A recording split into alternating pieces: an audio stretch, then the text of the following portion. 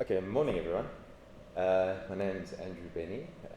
So I'll be looking at, after Vanessa has looked at the problems of the industrialized food system and its relationship to climate change, and before Rose goes into unpacking some of the solutions, one of the things that we really need to also be engaging with and very careful about is the false solutions that are being proposed right from the global level right down to the national and local levels. Okay, so basically to just give an overview quickly of the presentation, the first thing I just want to look at as a sort of counterpoint to helping unpack what false solutions are is just to give some brief consideration of what we think should be some of the ways we should be thinking about change and addressing the climate impacts of the food system together with some of our key social questions. And then I'll go into, before kind of looking at some of the actual false solutions, looking at the context of false solutions, so to understand, where are these coming from? Why are these false solutions even being proposed and having quite a lot of impact? And then looking at what are some of the characteristics of false solutions. So part of that is to say, false solutions aren't just the kind of object themselves or the technique that's being proposed. It's also the sort of thinking that's behind it, and the interests and the power relations that are behind those false solutions that help us think about what false solutions are.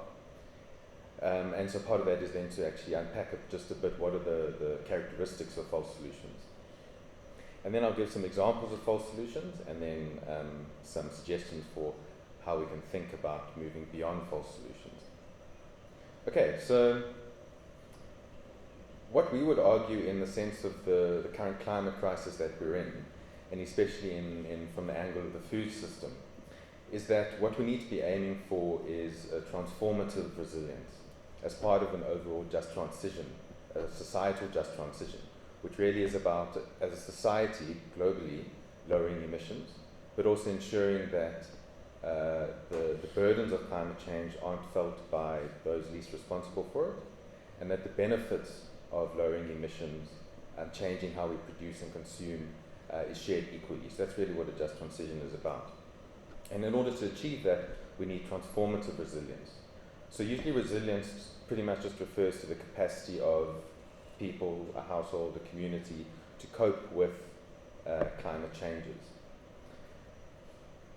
But we would say we need to be thinking of a transformative resilience, which is, instead of saying, okay, the responsibility is on a household to be able to cope with the coming climate changes, we also need to be talking about what are the wider structures of the economy that need to be changed. We need to also be talking about how we change how we produce and consume and what we produce and consume.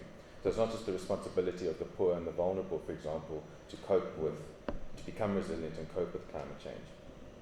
So really then, we need transformative resilience that addresses the roots of vulnerability, the roots of inequality. And within that, that means also keeping in mind what are the intersections of our food system with inequality. So, one of the starkest, I think, illustrations of the intersections between the food system and inequality in our society is the COVID pandemic, where already we were a very hungry society. Before the COVID pandemic, 20% of people were food insecure in South Africa. Couldn't access all the food they needed and were hungry. A year after the lockdown, it was still at over 35%. So increasing hunger. In that same period, corporate profitability, and especially of supermarkets, really shot up during that same period. So at the same time that more people were getting hungry, profits were also going up of the main food corporations, and the agricultural sector boasted some of its best economic performance in years. But obviously that wasn't reflected in what ultimately agriculture is for, which is to feed people. So essentially, a transformative resilience should be also about tackling the systems and the power relations that create inequality and therefore hunger and so on. So it means thinking about what are the technical changes we need in the food system. How is it that we actually need to change how farming happens from the current industrialized food system to how it's processed, to how it's transported, and to how it's sold. So it's really about putting social justice at the center as well.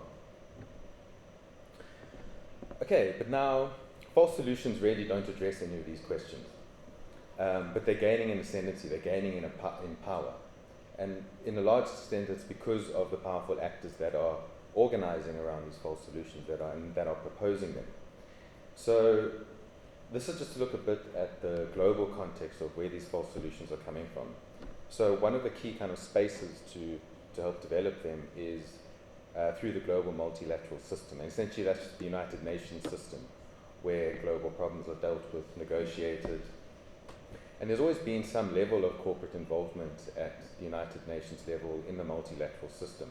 Fundamentally, it was about a kind of multilateral system for governments, presumably representative of populations, to organize and engage and address global problems. And there was always some corporate involvement. But now what we're seeing, especially in the last couple of decades, is an increase in not just corporate involvement, but corporate initiative in organizing the multilateral system. And so we see that in the context of the climate negotiations under the UNFCCC, the biodiversity negotiations and the Convention for Biological Diversity, and also in the third global body for dealing with these issues, the Commission on Desertification, where increasingly mechanisms are being put forward that are about saying we need the market to solve these problems. And principally that because that's what benefits corporations that are putting these solutions forward. So we see that, number one, an increase in corporate initiative in the global system, but also we're seeing it then an increasing corporate, if you will, takeover of UN institutions. So one of the very recent examples is this partnership that was announced between CropLife International, which is the global representative body of the major pesticide corporations, and the Food and Agriculture Organization. So the Food and Agriculture Organization is essentially supposed to be a public body. It's a UN body for engaging with food and agricultural questions. Whereas CropLife International represents private interests. And so what we're seeing is UN institutions increasingly being subject to these private corporate interests. And one of the most stark ways that this is happening is in the rise of what's being called multi-stakeholderism. So it's kind of from at the top point there about the multilateral system idea being that it's organized by governments to in some way represent people and people's interests across the globe, to now instead of multilateralism, multi-stakeholderism. And the idea there is that you create a space where everyone comes together to engage with the problem. And the assumption there is that everyone's equal. So people's representative organizations, governments, corporations, they can all just come together and chat nicely about a problem and come to a common solution on it. But as we know, there's a thing called power, right? Different actors hold different amounts of power and have very different interests. I think what Vanessa was showing us is that the industrialized food system, a key aspect of that is corporate power. And part of that is that corporations within the food system have an interest in many of their technologies, many of the production techniques that are causing this climate crisis. So when you have them in the same space as small farmers who perhaps are much more concerned with maintaining the conditions of the soil, maintaining kind of coherent ecosystems and so on, there's very different interests, but also very different levels of power that are able to then determine these spaces. So really multi-stakeholderism is about corporations trying to set the global agenda. And this was most starkly illustrated in that, it's discussed in that yellow report on the top left, very recently with the UN Food System Summit that was held last year, which really was, whereas you had a UN institution, the Committee for Food Security, that was key government representatives discussing at the global level the best policies to ensure food security for populations. And there was a civil society mechanism within the Committee for Food Security to ensure people's representation in those discussions. And that obviously is a threat to corporations in the food system and beyond. And so they initiated this partnership between the World Economic Forum and the UN to create the UN Food System Summit and create almost like a parallel process to the Committee for Food Security. So this is some of the global context of where these false solutions are coming from. So as I was saying a bit earlier, really if we think about false solutions, it's not just about the objects, the things, the drones, or the kinds of seeds. That is part of it, but that's not all there is to it. It's very much about what those represent, whose interests they represent, what are the power relations that are determining why they're coming forward as quite prominent proposed solutions. And so one of the ways I find useful to think about false solutions, is what is a false solution, is if you think of driving in a car and you're driving towards, given the climate crisis that Vanessa spoke to us about, and you're driving in the direction of a cliff. And as you're driving in the direction of that cliff, the terrain keeps getting tougher and tougher, and your car now is struggling to get over that terrain. So you start modifying the car. You put new tires on it so it can better drive over that terrain. You put higher suspension, or whatever the case might be, to be able to drive better over boulders and so on. But the fact is, you're still headed in that same direction. You're just kind of finding short-term solutions to get over the immediate problem, but the longer-term problem remains. Whereas you could just stop the car and change direction and rethink what the direction is that we're going in. That's a useful way I like to think about false solutions. So basically, it's saying that instead of getting at the root of the problem, thinking, okay, the problem why we have climate change is because of our production and consumption systems, we just think, what's a technological solution that we can throw at the problem? So rather than thinking, what is the social problem here, the political problem, we just advance a technological problem, like a drone or a digital app or whatever the case might be. And usually what happens is these generally are private sector technologies. They're technologies that the patents, the data that they generate are controlled by private sector actors, and usually very large, powerful private sector actors.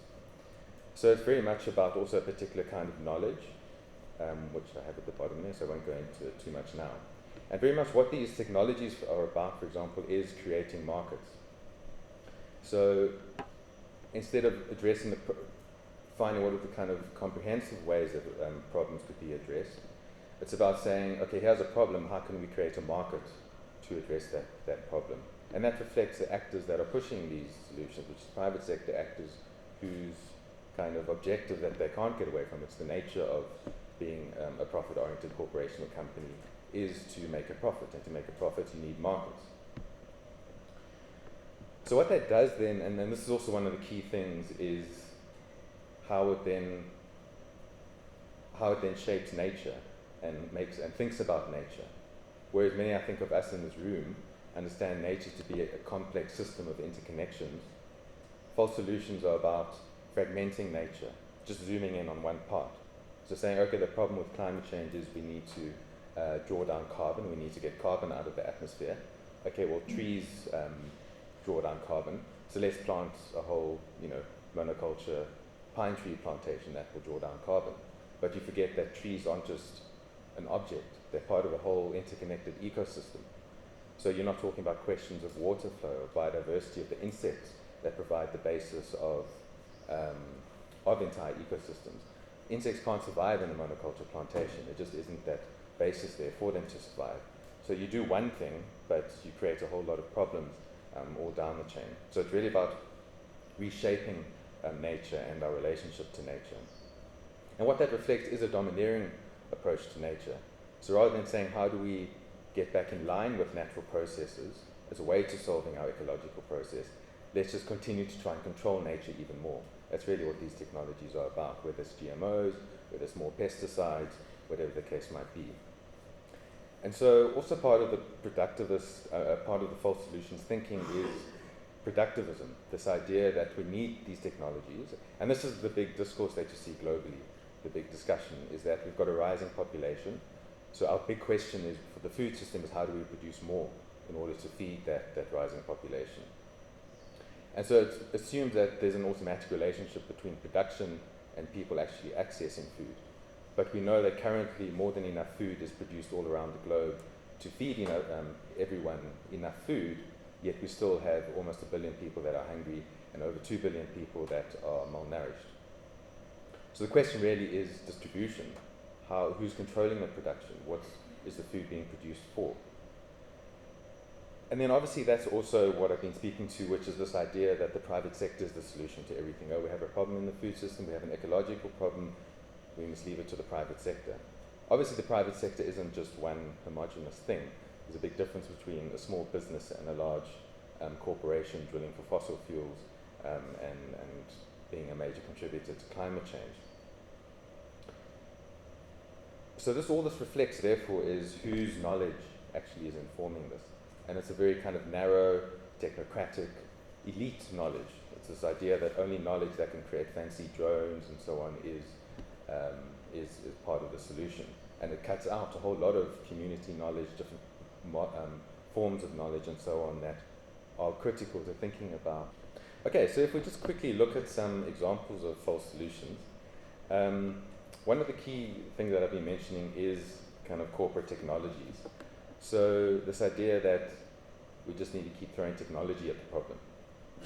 And we see it in kind of this whole development that's happening around drones, this idea of precision agriculture. So now we can have drones that are connected into a digital system that predicts weather conditions, that assesses soil conditions, pest infestations, and that drone goes and sprays the exact amount of pesticide that's needed on a monoculture plantation. Instead of a plane or a tractor that just sprays along a single amount along a whole row, you can have drones spraying different amounts along the whole farm depending on what is needed.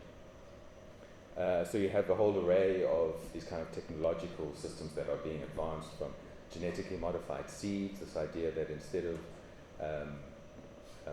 reducing emissions and so on, we just need to create genetically modified seeds that can better cope with drought, for example. Also, that leaves out particular systems of knowledge. It doesn't address, well, what are the existing seed systems that exist at the local level, at community level, for example, and farmer knowledge that's associated with that has developed seeds that are better able to cope with drought. So it also cuts out a whole lot of knowledge systems.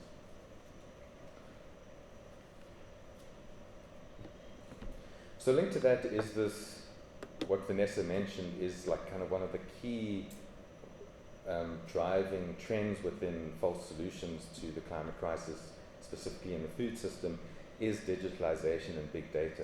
So basically digitalization is using digital tools, electronic processes and tools to address ecological problems.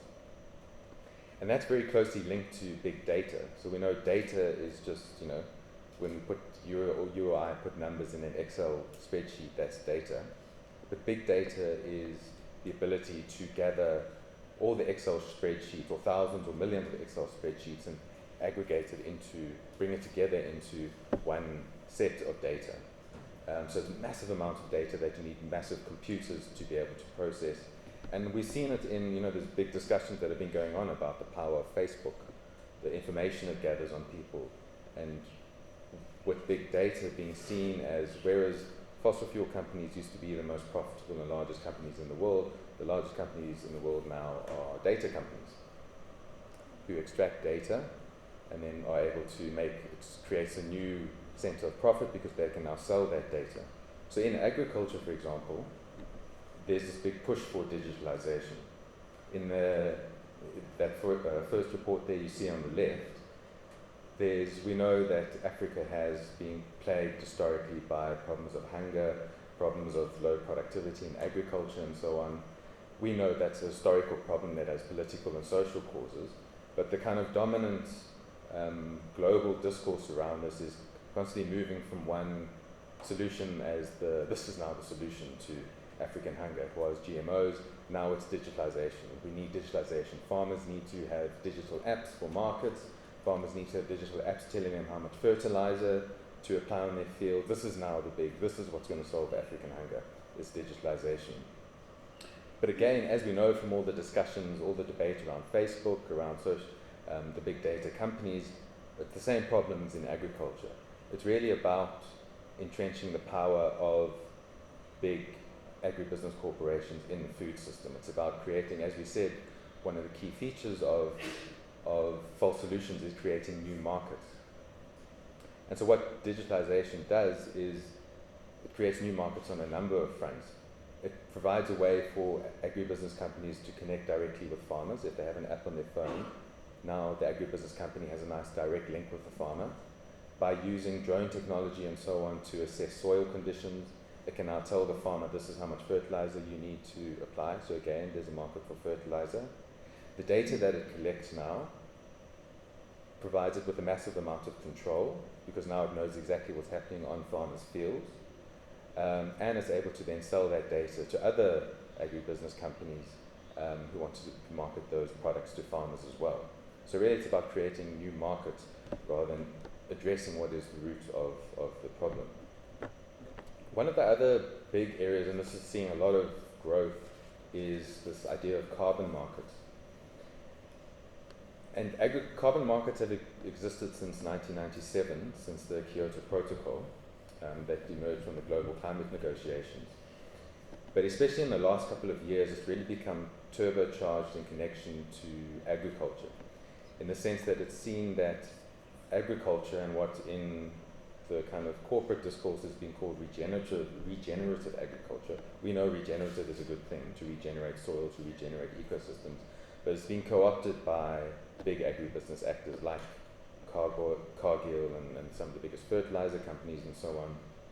And it's realized that sustainable agriculture is key to holding carbon in the soil, carbon being the key cause of climate change. So it's a key way to draw down carbon into the soil. And so it's recognized that, hey, wait, we can connect agriculture to carbon markets. And essentially how the carbon market works is, if you're a farmer, you start practicing regenerative agriculture. And you then measure, well, since practicing regenerative agriculture, this is how much carbon has now been taken out of the atmosphere and is being stored in the soil. Now so let's say it's 10 tons of carbon. Now there's a fossil fuel company, most likely from the north, who wants to continue digging for oil, and so in other words, continue emitting carbon. So they say, okay, we'll buy that 10 tons that you've kept in the soil, we'll pay a certain price for that so that we can continue emitting. And basically the idea there is that it's called net zero, that we can actually continue polluting as long as we're also drawing down carbon. Then the supposed net effect is that there is no additional carbon being added to the atmosphere. So again, it's about creating a market. We say, okay, we've got too much carbon in the atmosphere, let's create a market for carbon. And there's just kind of a myriad number of problems with that just make this whole thing not make sense. On the one hand, the kind of key social problem is that it generally makes those least responsible for climate change responsible for drawing down carbon. So it's saying those large corporations, the rich parts of the world who want to sustain their current patterns of living and consumption and production, can continue as they're doing. They don't have to change anything. Instead, we'll just pay small farmers of the world, indigenous people who look after forests and so on, we'll just pay them to draw down carbon so we can continue polluting carbon. There's also a whole lot of scientific problems, which I don't want to get too deeply into, but it becomes so kind of mind-boggling you kind of start wondering, how does anyone ever think that this could possibly work? One thing being, for example, that once you draw down carbon in the soil, the soil can only hold so much carbon. That's it. That's as much as it's going to hold. But if we continue burning fossil fuels, that's indefinite. We still be burning them indefinitely. So the idea that you can equate the two is just scientifically very dubious.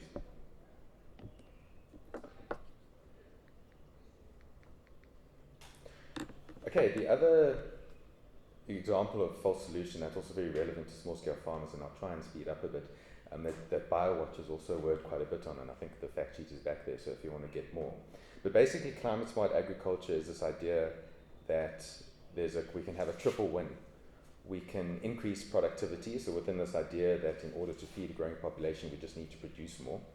So CSA can, number one, increase productivity and increase production. It can make farmers more adaptable, better able to adapt to climate change, and it can reduce emissions.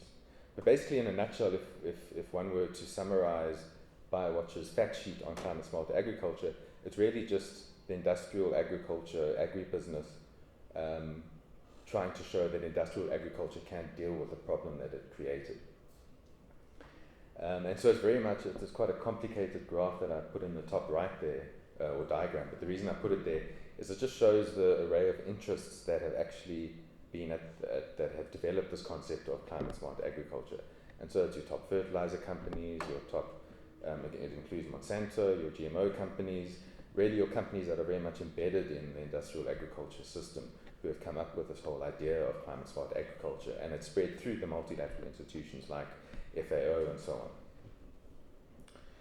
And so really what it does is it entrenches, many would argue, Biowatch argues, that it entrenches the same practices that are causing the problem in the first place. It's just a way to kind of try and keep the same system going. And it entrenches corporate power. Yeah. Okay, so just the last example of a false solution I want to look at is this pushing of the private sector as the solution to everything. So, and one of the key ways this is done is through public-private partnerships. So you use public money, taxpayers' money, and say, let's give it to a corporation to solve the problem. Let's give it to them to build the infrastructure we need, or whatever the case might be. And we see this kind of private sector orientation in South Africa's that's recently finalized policy for growing the agricultural sector and transforming the agricultural sector, which is the Agriculture and Agro-Processing Master Plan. And really there is, like happened with the UN Food Systems Summit, with that bottom right picture, is there's this idea that the private sector is the solution to everything. So the UN Food Systems Summit was posed as this democratic space to democratically deliberate on the problems of the food system and find solutions, and it was based on national dialogue. So the South African dialogue, part of its very framing, before it was even held, its theme was putting the private sector as the solution to our food system challenges, rather than it being a democratic space and letting that come out, if that is really what came out from deliberations. And so it's not to say, just to maybe make a point, that it's not to, like I said earlier, the private sector isn't one thing.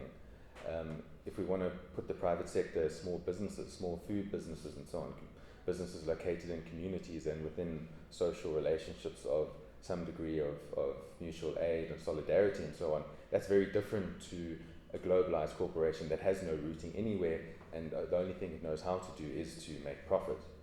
But as we know, in the South African agri-food system, as Vanessa mentioned, there's very high degrees of corporate concentration.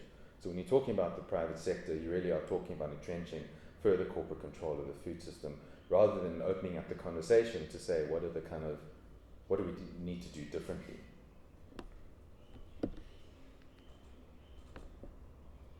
Okay, so I don't want to go too much into depth in this because Rose is going to cover more of looking towards solutions. But I think the question is, okay, then how do we think beyond false solutions? I think one is that to develop our own practices, our own ideas that aren't just co-opted by powerful actors in the food system. And that, because this is a pattern that often happens, that generally happens, is the co-optation of ideas that then are just brought into the system as part of reproducing that system and maintaining that system. And I think part of that is for us to, as our discussions generally do, is not just to view, well, if false solutions are these, then we must, these techniques of production, we must just propose alternative techniques of production. It's also about the values and the principles that go with that, and the questions of control and democracy, and who controls these systems, these alternative systems that we're building and proposing. And so I think key also is to think about beyond false solutions is that instead of just a technical solution, we're also asking what are the social relationships that these are embedded in. Saying that, you know, when we looked at the COVID crisis, when hunger was rising, when informal traders were initially shut down from continuing their operations and only the formal retailers stayed open, what made sense, the most sense at the time, was people finding solutions together and acting in solidarity and through mutual aid to feed each other, to feed people who needed food. And I think that's the sort of principles and values that we can think about that should help us think about beyond false solutions. Key to that obviously also is to work with and within nature, rather than, as these false solutions do, trying to continue to dominate nature, to fragment nature, to break it into parts to be controlled. It's about how do we re-embed ourselves in nature and work with nature. just the last point to say before closing is that this doesn't mean being against false solutions, doesn't mean being anti-technology. But it's about deeper questions of what is the kind of technology that a problem calls for. And that relates to what kind of technology is it, whose technology is it, who owns it, who's developed the technology, but also who's defining the problem. Is the problem being defined in a narrow sense in a very narrow technical sense, or is it defined more widely by those who are experiencing it? Obviously also whose interest does that technology serve, and of course what are the social justice outcomes of those technologies? And I'll stop there. Thank you very much.